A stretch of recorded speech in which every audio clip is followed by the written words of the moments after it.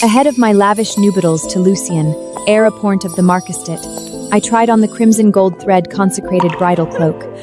The garment stirred up fond wedding memories for his sister-in-law, who wept her eyes red soon after.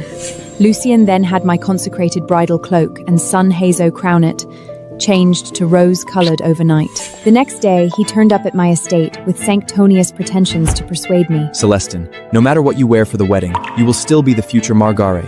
Why must you upset my sister-in-law? Ever since she was titled a consecrated widow, crimson has never again appeared in the Marginga's castle. Although a bride blessed by the church must wear crimson, rose pink still counts as red, does it not? I will still acknowledge you as my legitimate, orthodox spouse. You are the true-blood daughter of the Duke of Valamont. You ought to possess noble magnanimity. Rose pink is also a shade of red? By that flawed reasoning, anyone across the marquisship could lay claim to House Thornfield's lawful heirship. Being the house's heir apparent, Lucien is bound to uphold the noble virtue of mercy. Lucien opened the chest. The consecrated bridal cloak kept the original design. Its color was changed to rose pink fabric. This color is only for lesser consorts. The scene stunned everyone present. Ladies who came for the dower covered their mouth, could be seen clearly. Celestine, I had this bridal wear stitched in an all-night rush just for you. Would you try it on? Lucien looked at me with a face full of tenderness. I pointed at that ridiculous chest of rose and asked, "This is my bridal gown? A rose-colored secondary bridal gown? The customs of your house Thornfield are utterly absurd. You had my crimson gold thread consecrated bridal cloak taken away yesterday, just to replace it with this. Why?" Lucien looked somewhat troubled, but slowly spoke. Celestine, when you were trying on the bridal gown that day, my sister-in-law saw it. She went back and cried all night. It reminded her of the day she was married, and she was deeply heartbroken. My elder brother has passed away, and she is a consecrated widow anointed by the church. Now the sight has stirred her grief. You know she has not had it easy, so why must you wear a crimson gown and cause her such sorrow? No matter what you wear to marry into the Marjorian's castle, I will acknowledge it. You will still be my future Margasine. Why must you be so stubborn? My sister-in-law has suffered much. Just bear with it and yield to her. All right?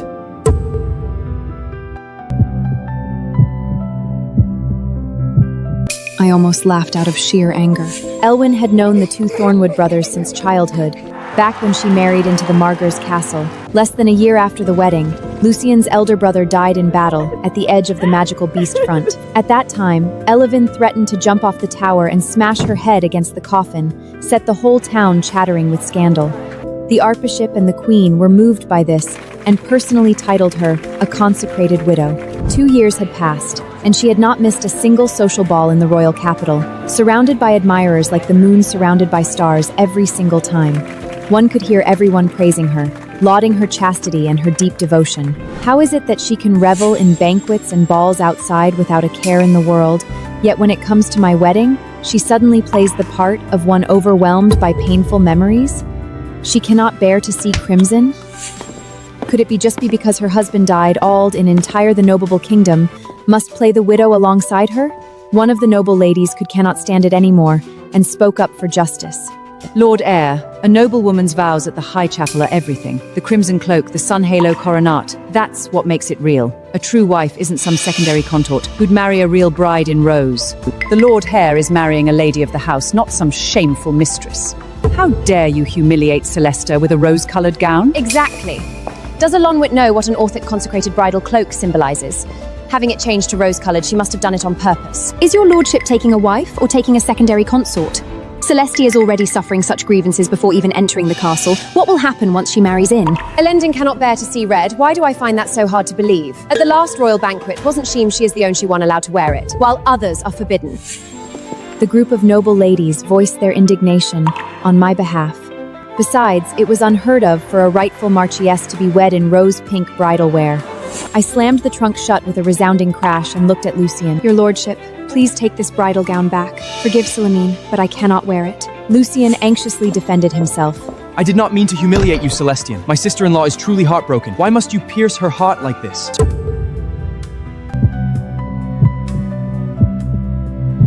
Rose pink is also a shade of red, using a rose-colored gown for a grand wedding. I truly had not heard such a brazen distortion of right and wrong in a long time. Just as I was about to lash out, a maid led a woman inside. "My lady, the lady of the Thornweald Margus castle is here to visit." It was Elowen. She was clad in somber funeral weeds typical of a widow's garb. standing at the doorway. At this moment, she looked at Lucien with red eyes, hurried forward to his side, and said with urgency and heartache, "How could you do this? If this royal betrothed is ruined because of me, how am I to explain this to the Marjerk and his lady?" Then, Elowen looked at me cautiously. "Sister, do not blame Lucien. He simply aches for me as his sister-in-law. He did not do it on purpose. For my sake, please forgive him this once," Lucien said anxiously. Your eyes are swollen from crying. Why did you come here? Their back-and-forth exchange of mutual concern caused the noble ladies nearby to start whispering among themselves. I laughed mockingly. I am truly unaware of what the rules of House Thornfield are like. A woman calling her late husband's brother by his given name, and so intimately. If word of this gets out, what might other people think?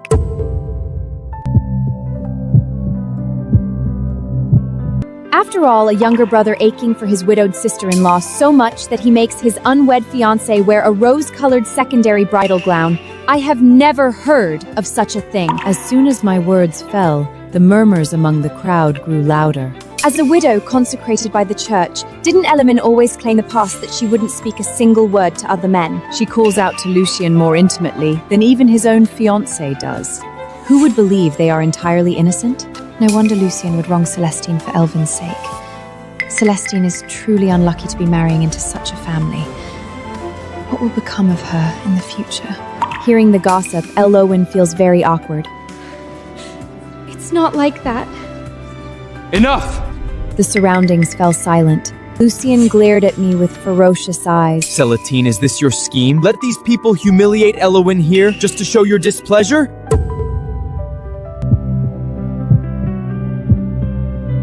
To think she was worried about you feeling wronged and came expressly to reason with me. And you? You had people humiliate her here. Your petty, small-minded streak. Makes me wonder how you'd treat her once installed at the castle. I laughed out of sheer fury. It wasn't enough for you to come to my door alone. You had to bring Elowen to play the victim. Could it be that whoever's husband dies becomes invincible and can do whatever they please? Lucien retorted in exasperation. Celestine, my sister-in-law is a consecrated widow anointed by the church. Can you not just take a step back and yield? You are marrying into Lau Thornhild and will face each other every day in the future. If you make things this ridge and unyielding, it will do you no good. Elowen entered the Marjorays castle before you, and she is the most revered person of our entire family. Even when you become the lady of the house in the future, it will still be so. My mind is made up. 3 days from now, at the vows in the High Chapel, you can only enter wearing this gown. A wife ought to obey her husband. That is the very doctrine set down in the canon of the Holy Maidens. And as the true-blood daughter of a Ducan house, it is high time you studied it. Properly. Elowen, standing to the side, said carefully and tendedly,